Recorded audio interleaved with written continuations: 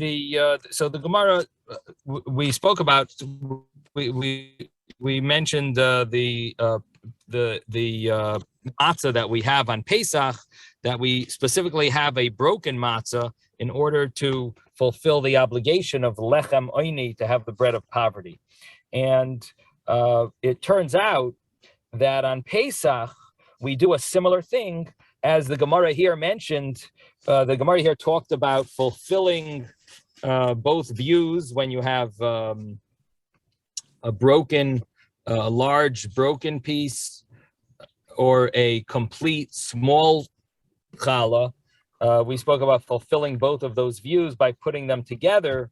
So the Gemara now afterwards mentions that on Pesach we actually do something similar, not to fulfill, for a different reason, not to fulfill both views, but we do it in order to fulfill the obligation of having lechem oini. So in addition to having a complete matzah or two complete matzahs for lechem mishnah, we also want to have lechem oini, to have this bread of poverty. So we do the same thing. We have the large matzah, the complete matzah, and we have the broken matzah as well. And Rashi interestingly says that we want it to look like you are cutting from the broken one. In other words, you're putting them closely together. And even if you only cut from the top one, according to Rashi, it seems like that's good enough. As long as they're so close, you're putting them right attached to the other one attached to the other. So it's yira, tzarach sheyira kavaitseya min aprusa. It should look like you are cutting from the broken one.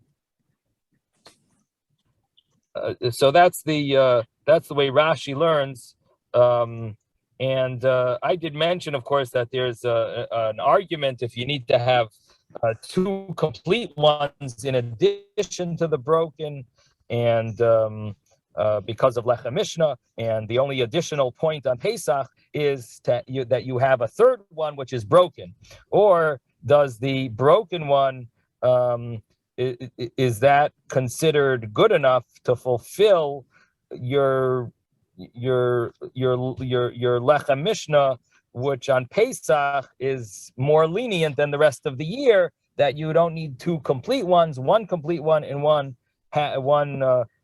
piece of one lechem oini, bread of poverty. So now, which one do you cut? So that we were talking about in Tosfos regarding should you cut? Is there an issue of doing both brachas on one? Is that a problem? Because we don't want to kill two birds with one stone when it comes to mitzvahs, which is like mitzvahs are a burden. It makes it seem like mitzvahs that person might be implying that the mitzvahs are a burden. And so Tosfos deals with that. Is that an issue? And we brought yesterday the different views in Tosfos, how to cut it. And I just mentioned today, I mentioned to you that Rashi seems pretty clear that all you need to do is cut the top one, the main one, and fulfill all your obligations. The next Gemara mentions to us that what do you do on Shabbos? So Amar Rabbi Abba says, I think we started it. We maybe did a few lines yesterday, but let's just start from the beginning. So Amar Rabbi Abba is about 7 lines from the bottom. Rabbi Abba says, "Of a Shabbos chayev adam levtsoya al shtei kikros." A person on Shabbos, a person is obligated to cut both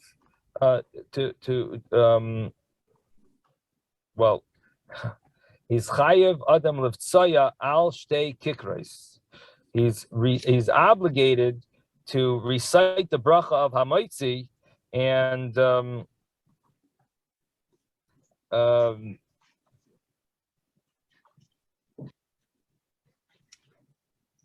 it sounds like he's saying you need to actually cut both of the loaves, but you could translate it to mean you recite the bracha holding both. But from the wording, it does seem, and there is a commentary that mentions this, that according to Rababa, you cut both. Now, it says, what's the reason? Why do you need to cut both of these loaves? Or why do you have to say the bracha on both complete loaves? My timer, because it says lechem mishnah ksiv regarding Shabbos. It says lechem mishnah. So here we see the source of having these two loaves for Shabbos. It's because of this verse that on the sixth day they went out of their houses, out of their tents, to get the manna, the mun, and they picked a double portion. It says they collected a double portion, they gathered a double portion on Friday. So that is the source of having lechem mishnah on Shabbos. And I did mention that it would seem to be rabbinic, but there is an argument about it. But because the verse doesn't say so clearly, this means that on Shabbos you need to use two challahs. That would seem like this is just what you call an asmachta. An asmachta means that the rabbis, when they established a rule, they often relied on a hint in the verse. Now, the fact that they relied on a hint in the verse means that the verse itself would not create this obligation. This is not a clear-cut obligation from the verse.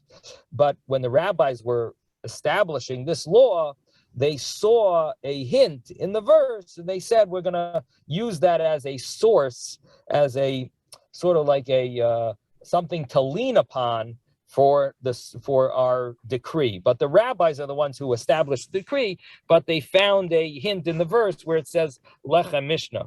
But it is an argument. There are those that is lechem mishnah biblical, or is it only rabbinic, and this is only a asmachta? It is an argument among the poskim, among the halachic authorities, if it's biblical. But this is what everyone does. We always use two challahs or two matzahs on Shabbos so of course you have to do it, whether it just might be biblical or it might be rabbinic. Now the Rav Ashi says, Amar Rav Ashi, Chazina Leila Rav Kahana, Danaketarti, I saw Rav Kahana that he held to Batzachada and he cut one, because this is enough in order to fulfill the obligation of lechem mishnah. It's enough that you hold the two, but you only need to cut one. Now the next Gemara says, Reb Zera have a batza akula sherusa. Reb Zera would cut for the whole meal, and he would cut a large, cut large amount, either large pieces for the whole meal, or one of the explanations is he would actually cut all the challahs that were in front of him.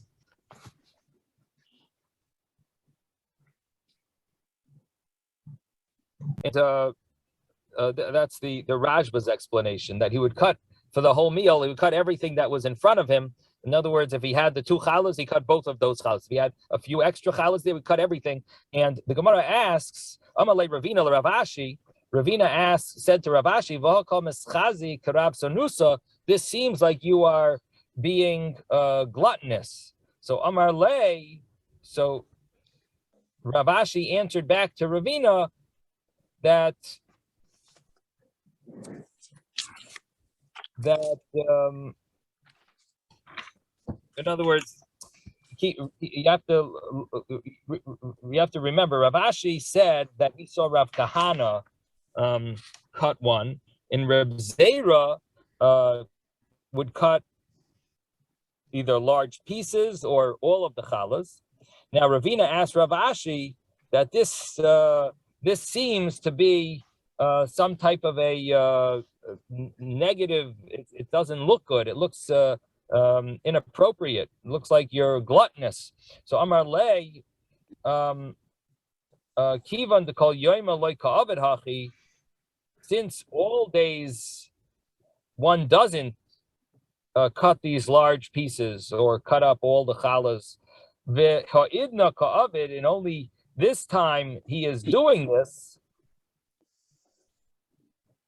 It doesn't appear to be gluttonous. Now, Rabbi, this is an interesting discussion because it leads to the question that Susan, and I don't know, is Susan on? I can't see everyone here. Yes, you are. Okay. Susan had asked a few days ago about cutting the challah or ripping the challah. And I mentioned that we'll discuss it a little later. And this would be the discussion, and that is that there is a place in Shulchan Aruch where it mentions a person should not rip off food with their hands. And it looks like they are Ra'av Sanusa, they're acting gluttonous. And the Rabbi is, why do some people cut? I'm asking the rabbi too. The question is, why do some people cut the challah with their knife? Probably most people, but there is some that break it with their hands. So before we come to that, I see we have some questions here. So let's see. Ben. I had my hand up for a while. Ben, I'm listening to you, Ben. Yeah, I want to say the word al is changing the sentence to one way. It says you are cutting on two breads, not cutting two breads. Without the word al, it would be that you're cutting two breads. But because of the word al, you're only cutting one bread. Okay, so do you see it the same way? It makes sense, but the Shita Mekubetza says the other explanation that he would actually cut both. So there is you can explain whatever you want, but the word al says you're cutting one. Otherwise, you would say you're cutting two breads. You have to say al.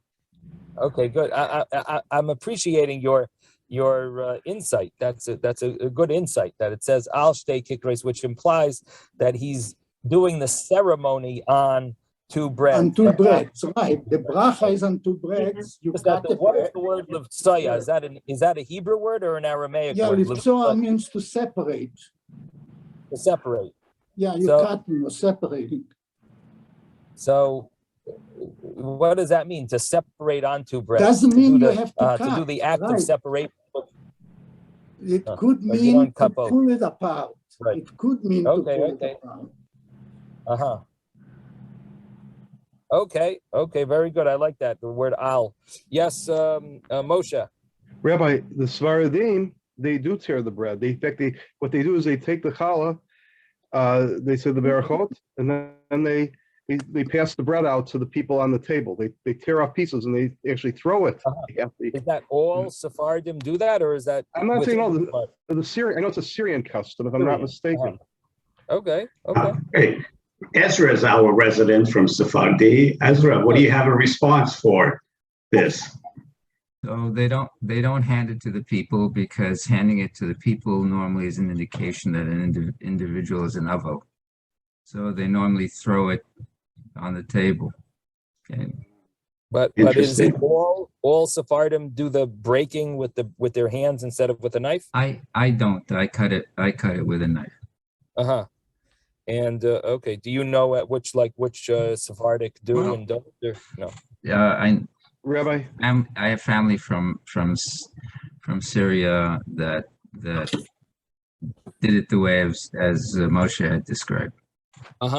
Interesting. Okay.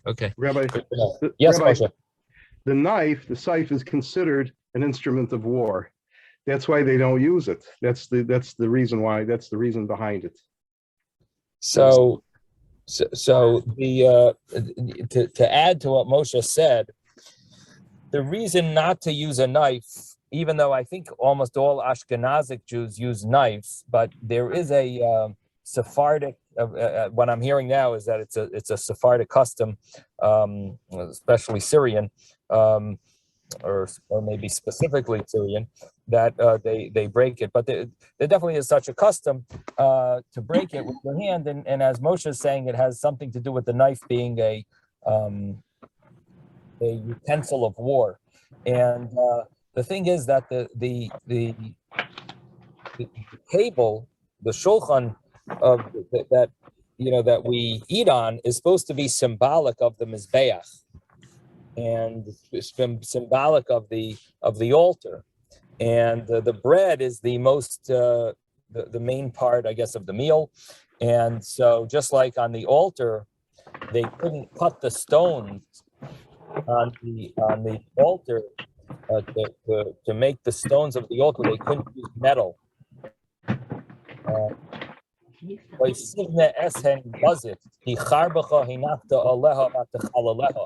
verse says that you're not allowed to use metal when smoothing out those stones for the altar. So the same thing, some are careful not to use a knife when they cut the challah.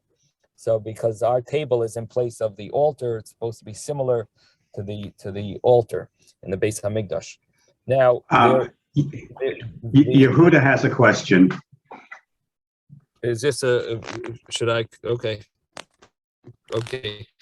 no problem, Yehuda. Yes, Yehuda. Hello. Okay. Hello. So with what you're saying, so the Syrians use a knife for the rest of the meal? So what it seems like, I don't know, I can't really explain their full custom, but I'm guessing that it has something to do with the fact that the challah is the main element of the the main staple of a meal. So they do it symbolically just for the bread. Obviously, you can't go cutting your meat with your hands, and really be. You know what I mean? It would be unpleasing to everyone else sitting. Right. So that's my guess. Yes, Ben. I want to add, I have a Moroccan friend, and I was a couple times at his house for Friday night dinner, and he pulls apart the challah and throws it in front of each one on the table. So it's not only the Syrian, I think, because he's Moroccan. Okay. So maybe it is Rebbe? all. Rebbe? Okay. Yes, Isaac. I'm a Galiciana who's involved in a mixed marriage. I married a Hungarian woman. And I know a few years ago when we started with the pull-apart challahs that they sell now, right, my wife got very upset. She was used to slice a challah with a knife. So now, even the pull-aparts, for the first slice or two, I use the knife to slice it, and then we pull it apart to hand to everybody else. But right. So that's an interesting point. Do we consider it something negative? So I started mentioning that in Shulchan Aruch it does talk about not ripping food apart with your hand, and the only thing is, we see in our Gemara that there is a leniency on Shabbos to honor the Shabbos, that you're having large slices, that you're cutting up all the bread, even though during the week it would look inappropriate. On Shabbos, as a way of showing your, that you want to celebrate. So it's acceptable, or it's even appropriate to do that, to cut these large slices, or to cut up all the challahs and so on. Now, so the question would be, would that exemption, or I should say exception, for Shabbos, would that exception for Shabbos when it comes to cutting large pieces, would that apply to ripping apart the challah as well. And that might be the source of this difference of customs. I'm just sharing with you that this might be, maybe this is connected to specifically to our Gemara. Our Gemara gives an exception that because it's Shabbos. So the question is, does that exception apply to ripping the challah? That is there, would it be honorable to Shabbos that you're showing that you're excited over Shabbos that you're even ripping the challah? Would that be an honor, or would that exception not apply? Maybe it applies only to cutting large pieces, but not to ripping, not to tearing apart the challah. So maybe that's the source of the Ashkenazic custom, not, that they specifically use a knife, or maybe not. Maybe everyone agrees it's fine to rip it apart on Shabbos, and this exception would apply to Shabbos, just like it applies to this breaking the pieces of to cutting large slices. And maybe everyone agrees that's fine. It's just in Ashkenazic places it became the tradition to slice it. Now, I will tell you that they do bring Kabbalistic ideas about cutting the challah. Number one, it's mentioned that that on the high holidays we recite a prayer that Hashem apportions life to all living beings, and so the word choitech is used as a positive thing, choitech, cutting. So therefore, that might be a source that that the word chotach is the name of the angel in charge of livelihood. This is an interesting Kabbalistic idea that Chotach is the name of the angel in charge of livelihood. So we want to somehow connect to that angel. So, and that's why it's used maybe in this prayer, that he apportions, he cuts life to us. He apportions life to every living being, meaning the livelihood. And so that would be a reason to specifically cut it. And another point that they bring is from the Ashrei prayer. One of the most important verses in Ashrei is the verse, Peseach es yodecha, open your hand, umaspia, and satisfy, l'chol chai rotzain, every person with their desire. Now, if you take the final letters of the first three words, it is ches, taf, and chaf, chotach. That Hashem, that this verse is the verse that emphasizes how Hashem supplies us with our livelihood. This verse it has the word chotach in it. If you take the last three letters, the last letters of the first three words, so you have the word chotach, that somehow cutting brings blessing for livelihood. And then if you want to get into gematrias, the word chotach has the numerical value of 428, and the word umaspia, which means and satisfies us, it also has the same number as 428. So I'm just throwing to you some of the Kabbalistic symbolisms of cutting with a knife, and that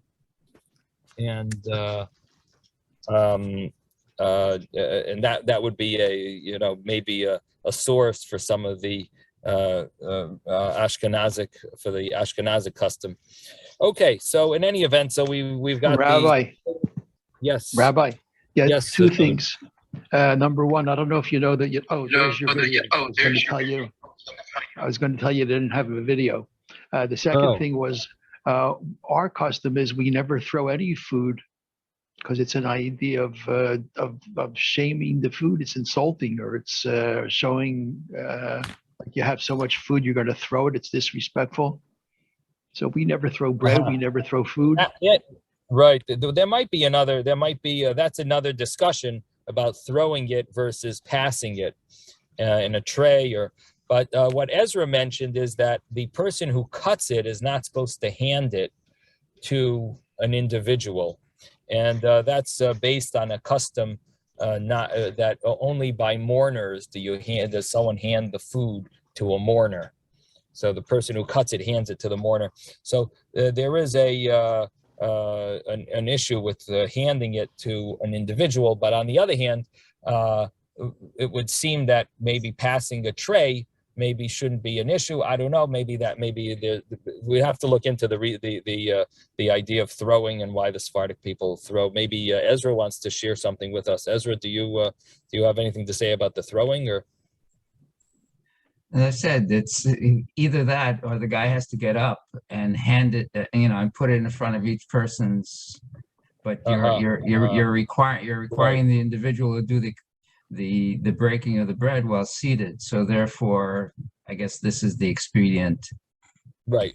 So in other words, what it might be that the Sephardic people are consider handing the tray to someone also a problem. Maybe I'm just throwing a thought, but I guess we could look into it. If you want to do your homework, David, you could look up online and see why the Sephardic people have a custom to throw the challah, and might come up with some good juicy insight.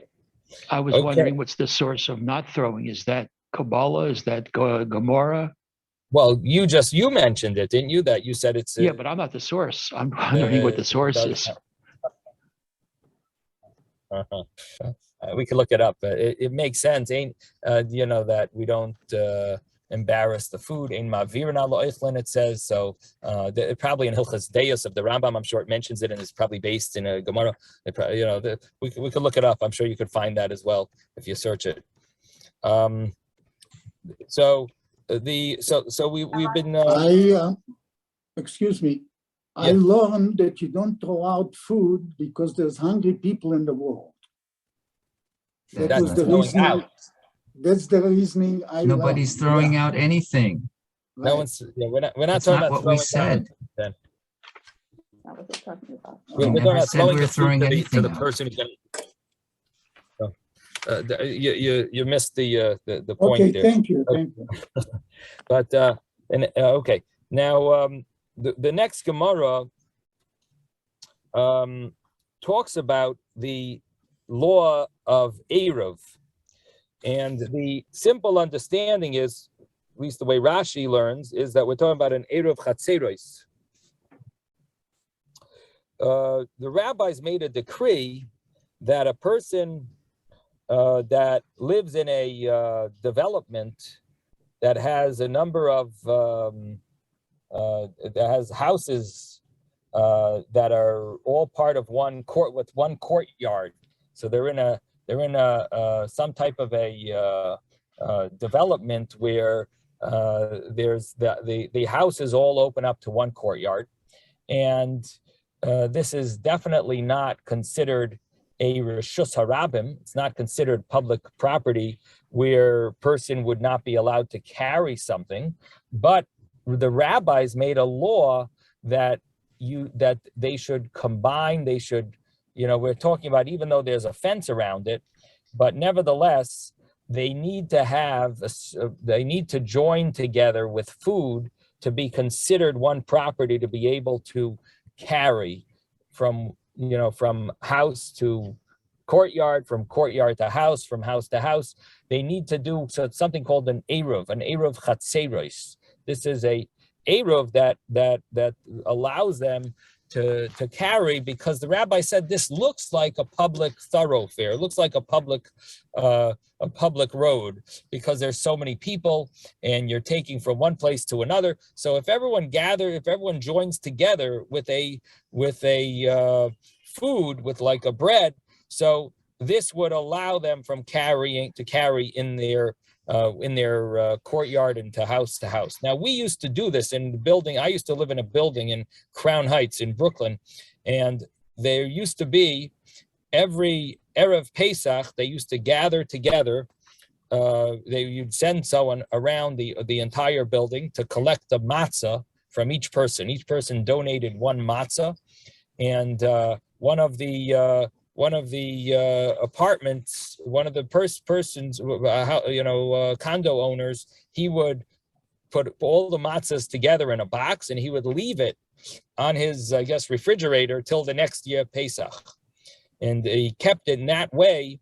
We used to be considered to be like one. It was considered like one family. And this way, even though there was public areas in the building, and there was also a courtyard in the building, but it allowed us to carry within the building. So instead of just carrying in our own condo, we were allowed to carry. So if we wanted to take the kids downstairs, or to carry something up, or to carry something to another, another condo, we could carry, because we had this Eruv Chatzeros. So even though we're inside a building, and you would say, oh, what do you mean? The building, it has 4 walls.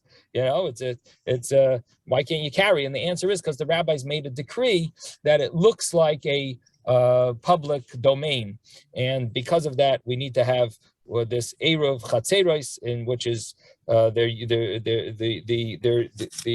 Eruv Chatzeros is made bread. They collect bread from all of the household owners, and they put it together into a bag or something, and they use that is the Eruv Chatzeros. Now, in this scenario, what it seems like is they used to do this every week. They would go collecting from every household owner, and then they would put it by one of the houses each week, and each week was different. They used to give it to different household owners. So the Gemara continues, and we're now on 3 lines up from the bottom of the page. Rav Ami and Ravasi, ki hava misra me lahu rifta de eruva, when it happened that they had the bread from the Eruv, meaning that when it was given to them in their condo, in their house, mevarchin alei hamaitzi lachem min haaretz, they would recite the bracha on it, hamaitzi, and Amri, and they said, Hoyel v'esavid be mitzvah chada, since we did one mitzvah with it, which means we did the mitzvah of Eruv, navid be mitzvah achriti, we should do an additional mitzvah, which is to recite the bracha hamaitzi on it. So the question that most people are probably wondering is, what does this mean? They said the bracha hamaitzi on it. Of course they said hamaitzi. We know bread is hamaitzi.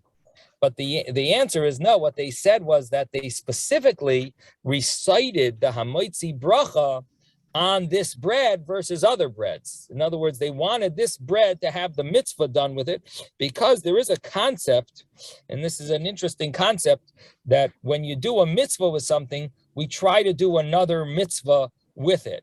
So where do we find this? We find it by biur chametz. When you burn the chametz, you'll be surprised, but a lot of people, they bring their lulav.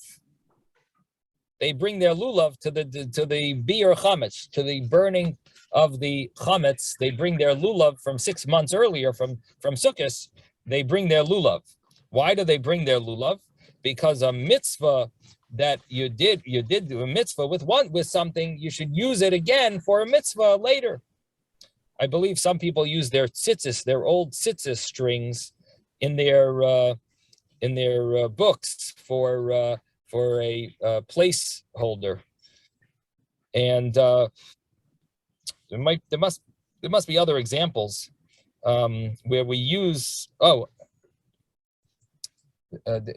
are the other examples using a mitzvah another time? Once used it once, use it again. Some people take a used esrog and they put in cloves, and they use it for Havdalah. For basamim. That's right. They take their esrog, use it for basamim. So a mitzvah that's done with something, you should use it for another mitzvah afterwards. Now, Rabbi? Yes. Robert has a question. Oh, okay. Oh, thank you for telling me. I don't see everyone because I'm on my phone. Okay. Just thank you, Yehuda. Just not to regress, but I've got h.com on, and it says it's disrespectful to toss bread, and it gives 2 citations. One is from the Shulchan Aruch, Chaim 171:1, and the other one is from the Mishnah Bera 167-88. And so Mishnah those are the Brura. citations. Yeah. Mishnah Brura. Mishnah Brura 167, Okay. lines 88. And then the other one is the Shulchan Aruch, which is 171, line 1. So we need to do that. We're looking really for the source. I know David said he wants to know the source Yeah, where it says okay. you're not allowed to. We want to Okay. know why to do Other it. people do But, it, right? Okay. Homework, not for that. But that's homework. Okay, so thank you for looking it up. Thank you, Robert. Appreciate it. So the story here is that they used this Aerov bread was in their house, and they wanted to recite. They recited the Hamoitzi on it specifically to use it for a second time for a mitzvah. Now the question is, when did they use this Aerov bread for Hamoitzi? Did they use it on Shabbos, or did they use it on after Shabbos? So there's an argument among the commentaries. Are you allowed to eat up the bread of the Eruv before Shabbos is over? In other words, if that Eruv bread is finished before Shabbos is over, are they still allowed to carry in this domain, in the courtyard? Because once the challah is finished, you don't have your Eruv anymore. Or does it, once the Shabbos begins and you have the Eruv, is that considered good enough to be able to carry? So Rashi here says it's a little vague. Rashi says the bread that they used for the Eruv yesterday, they use for the Eruv that they used yesterday for Eruv Chatzeros. So does Rashi mean to say that we're talking that it's Sunday and they used it for Shabbos for the Eruv Chatzeros? That means that Rashi holds that you don't eat the bread of the Eruv until after Shabbos, because if it would be eaten on Shabbos, maybe it would ruin the ability to carry. Or does Rashi mean the Eruv that they made Esmoil on Friday, you have to make the Eruv before Shabbos. So on Shabbos, they ate the bread, and even though Shabbos isn't over yet, but nevertheless, you can eat the bread up on Shabbos because there's no problem. Once Shabbos begins and the Eruv is there, you are able to eat the Eruv, and it doesn't ruin the Eruv.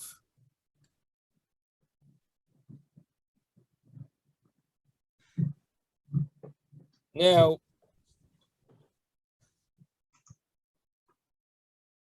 Rabbi, yes, you said that with the matzah you can keep it for next Pesach. right. So with the Shabbat you can keep it for next Shabbat maybe. Yes. So why did they eat it up? That's a good question. I'm going to tell you a little secret.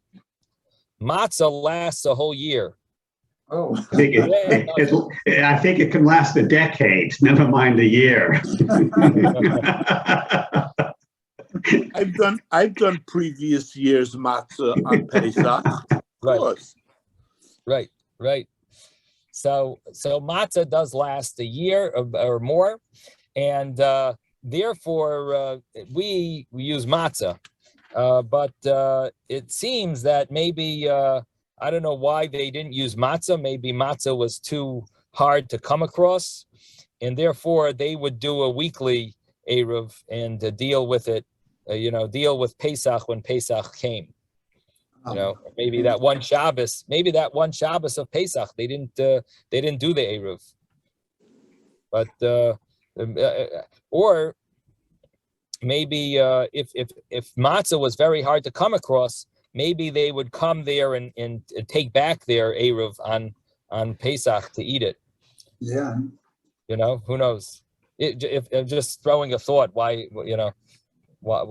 they didn't use matzah. But nowadays, I think this is probably what most buildings do for their Eruv, because So maybe the common. matzah kept the eruv as long as you didn't eat it till next Pesach. It kept the eruv for the whole year. No, it did. The matzah works. The Okay, question is why didn't Rav Ami Rav Asi do that? And the answer is because they used challah and it would have become moldy by the next week. Yeah. Well, you can freeze it, but They didn't have freezers. I guarantee you they didn't have freezers then. Freezers, they didn't have a block of ice. Right. Okay. Now, the thing is also, if you're collecting challah from everyone, do you really have that much space in your freezer for an Eruv? can you eat all that challah yourself? You can. And the other thing is, does it have to be edible? I don't know if frozen, you would need to defrost it to be edible. And when the time Shabbos comes in, it could be that it needs to be edible at that moment. I'm not sure. I think so. So I think that could be an issue. Anyway, so the matzah is definitely a good option. Yeah, maybe what you can't eat, you donate on the challah. You're talking about financial issues. We're talking about being able to carry Shabbat. on Shabbos. The Shabbat challah, if you collect it, Yeah. and you can't eat that much anyhow, you have to donate the rest of it. That's all. Yeah. No, that's good. That's good, but it doesn't help the Eruv issue. If you do it The after Eruv issue. Shabbat, it does. It's like continuous into the week. Well, but if it gets moldy by the next week, it might not work. No, you donate it on Sunday, Monday. You can donate it. Yes, I'm telling you that if it's moldy by the next Friday, then it's a problem. It could be an issue. You have to check it and make sure that it's not moldy. Now, I just want to mention that there is one other view here. The other view that says that if you eat the challah up on Shabbos, you ruin your Eruv. That view says that it's possible to learn this Gemara that we're talking about an Eruv techumen, a whole different type of Eruv. There's another type of Eruv that talks about that deals with walking long distances in areas that are uninhabited. In an uninhabited area, there's a limit how much a person is allowed to walk on Shabbos. And there are different opinions if it's biblical or rabbinic. One opinion is that biblically you can walk up to 12 mil, but rabbinically it's only up to 2 mil. So you have this limit of how much you can walk on Shabbos. And if you walk outside of your area, then you would be stuck, you're limited to stay where you are until the end of Shabbos. Now, there is a way to, if you have an area where you want to reach that's just beyond your limit. So there's a way of doing it. There's a way of arranging things that you would be allowed to walk there. Let's say, for example, I wanted to walk to, let's say, Bal Harbor on Shabbos. Or now there is a problem with walking to Bal Harbor on Shabbos because there's a bridge, and that bridge is a long bridge that goes over Hallover, from Hallover to Bal Harbor. Or I'll give you another, or if I'm going to Sunny Isles and I have to walk over the bridge, which takes us from Miami to Miami Beach. And that bridge on 163rd Street, that bridge that's there, most of you know what I'm talking about. That bridge might be beyond the Tchum. It might be too long and it's uninhabited because there's no houses on the side of the bridge. So it's an uninhabited area and it might be out of the Tchum. So let's just say, for example, it is. Let's say that it is out of the Tchum. That's too long. But what am I going to do? I have a bar mitzvah I want to go to in Sunny Isles. So if there is a way of arranging things that it'll work. How? If I can live in the middle of the bridge, let's say in the middle of the bridge, I can then have access. If I start my area, I put my main area of living, not in my house, but somewhere in the middle of the way, then I have access to both places. I can go to Sunny Isles and I can also go to North Miami Beach because I'm moving my location of living to a different area. And so I leave some food in that area and I am koine shvisa, it's called. I consider myself to be having my place of living. I am my place of residing is now going to be right in the middle of that bridge, and I put there a bag. Hopefully, no one takes it. I leave it there right before Shabbos, so I'm sure it's there before when Shabbos arrives. It's there, and then I'm all set for tomorrow for my long walk. Because now I'm not going outside of the tchum because I'm calculating my tchum, my limit, differently. I'm calculating it from the bag of the food that I left there, and that food is called an Aerov Techumen, an Aerov of tchums, and somehow I calculate my distances that I'm able to walk in all directions 2 mil. So this way I have no problem going from my house to this bar mitzvah. Now, the law about Erev Techumen is that even if it's eaten on Shabbos, as long as it was there when Shabbos arrived, I am considered to be living there, residing there for Shabbos. So even if it gets eaten afterwards, too bad. I was there. It was there when Shabbos arrived. And that's good enough to establish that to be my place of residing. So that could be the explanation here that they when they had the bread of the Erev Chatzeros, they recited the bracha Hamaitzi Lachem Min Haaretz even on Shabbos with it, because once you did a mitzvah with it, you could do another mitzvah with it. So it could be even on Shabbos they ate their Eruv. Okay, now comes the next Gemara. We turn the page now. We're on the page 40, Mem Amud Aleph. Rabbi, I think Susan had a question. Okay, Susan.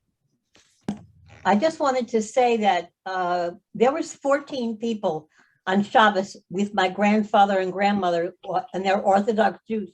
My grandfather had the 2 breads, the 2 challahs that my grandmother made. He would take the knife and make a big notch. Then he would pull the piece out and do all the blessings. And then the bread was being held by him with a napkin, and he called all the kids over. There was like a lot of kids to take a piece of the bread and say the blessing.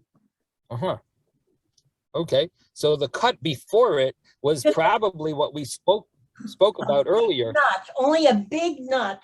The challah was big, and he made a big notch and pulled that piece out. Right.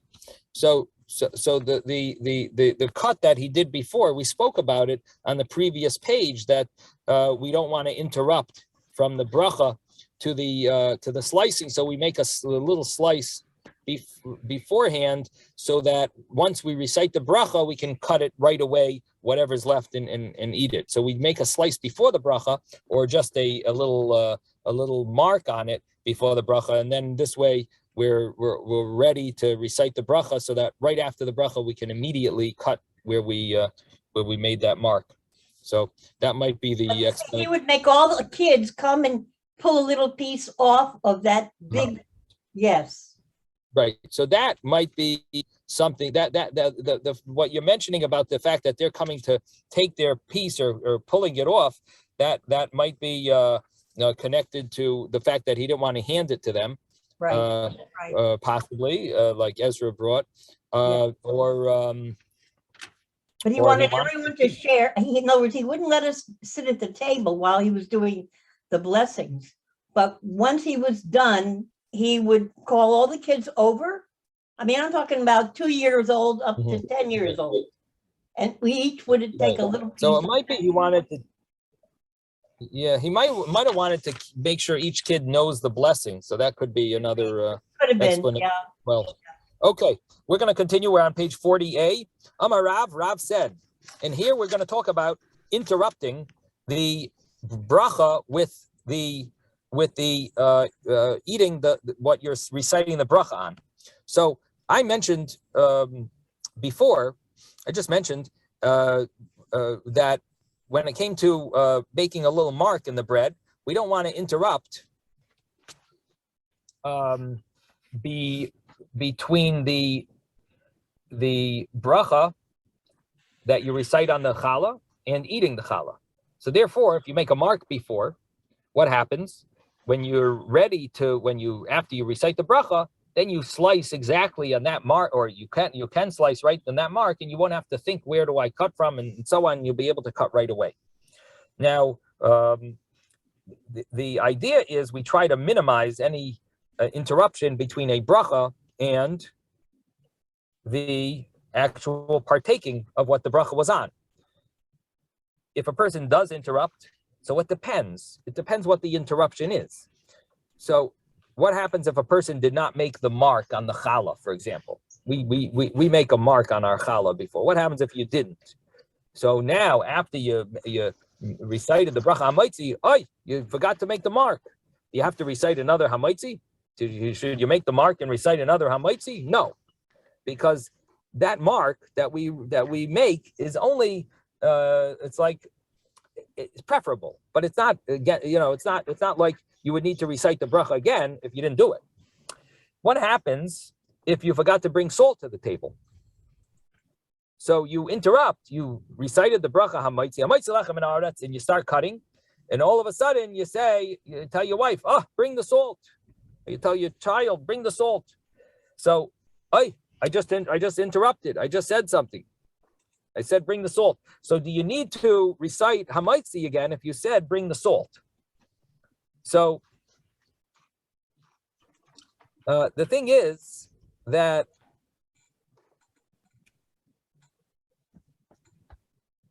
we'll see now that there are different opinions. So Amar Rav, we're starting on the top of the page 40a.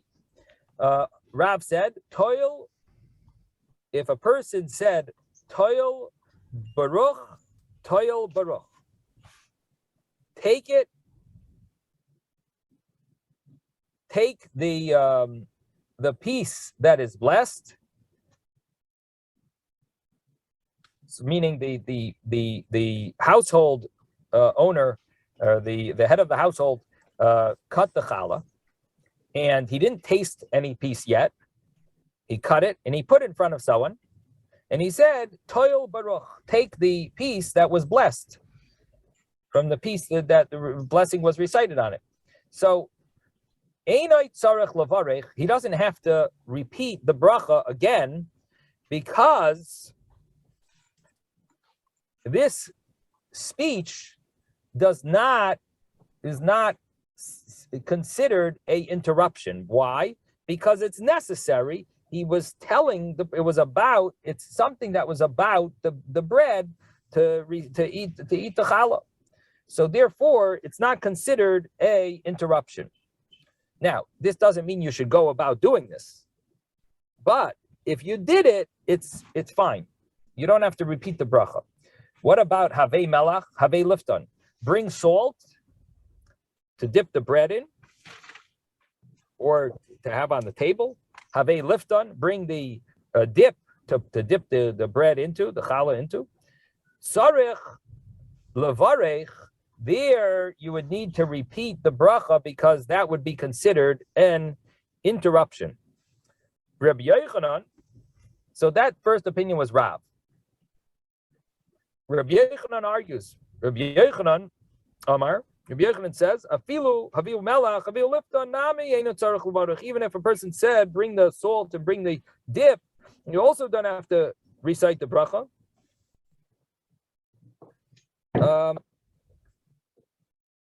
But gabil l'toyrei, need the bran for the with the water for the food. For the tar. The tar means the shar. In Aramaic, the tough is changed with the shin. So tar means a shar, the ox. Need the bran with the water, knead it together, and so that the ox will have its food. You got to feed the oxen. So you said that before you ate your bread. So Rabbi Yochanan says that now you got to repeat your bracha. Tzarech levarech. Go and repeat the bracha. Because if you say you got to feed the animals, that would be an interruption. That's not about our bread. That's about feeding the animals. And here he talked about our meal, the salt, the lifton. But there you're talking about feeding the animals. That's another story. That you have to recite another bracha. Rav Sheshes Amar. Rav Sheshes says, "Afilu gabil Torah nami in tzarich levarech."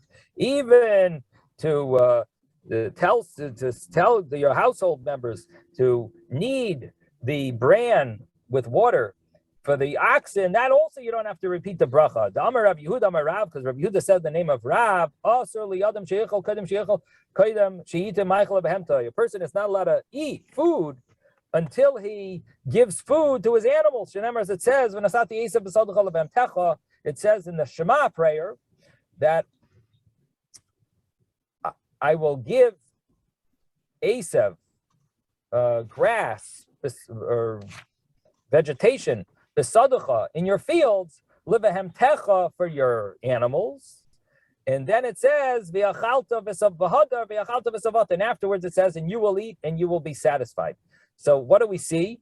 That the animals get fed first. Hashem gives food for the animals before the people. And in fact, it's brought in Shulchan Aruch that a person is obligated to feed his animals before he eats himself. And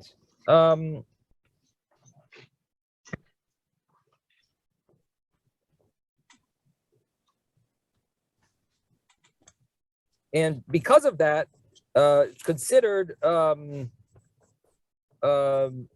balei chayim, pain for the animals, and you would need to feed your animal before you yourself eat. And because of that, it would be appropriate to even say, or if a person said this before they ate the bread, after they recited the bracha, this is fine. They don't have to repeat the bracha because this is a necessity to give food to the animals before one eats. And